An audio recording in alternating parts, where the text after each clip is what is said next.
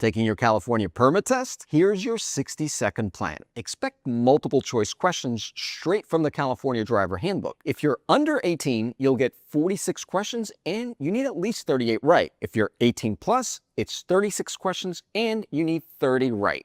That's about 83% either way. Minimum age to apply for a permit is 15 and a half. You get 3 tries per application, and if you're a minor, you must wait 7 days before a retake. 2 quick traps in California. First, no phone use at all if you're under 18, not even hands-free. The default max on a 2-lane undivided road is 55 miles per hour unless posted otherwise. Study smart. Start with a 15 to 20 question diagnostic to spot weak topics. Drill signs, right-of-way, school zones, and parking rules in short bursts. Read the explanations, don't just click. The day before, run a mix set until you're consistently above 85%, then rest. Are you ready? Start your free California practice test below on Driving-Tests.org.